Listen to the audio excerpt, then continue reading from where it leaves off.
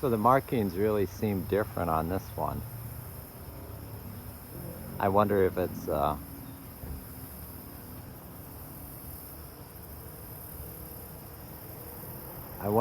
if it's a juvenile.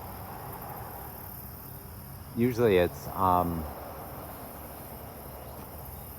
you want to call it gunmetal blue.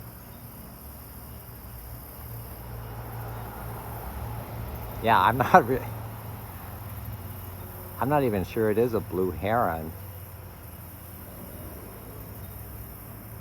though it looks similar in ways.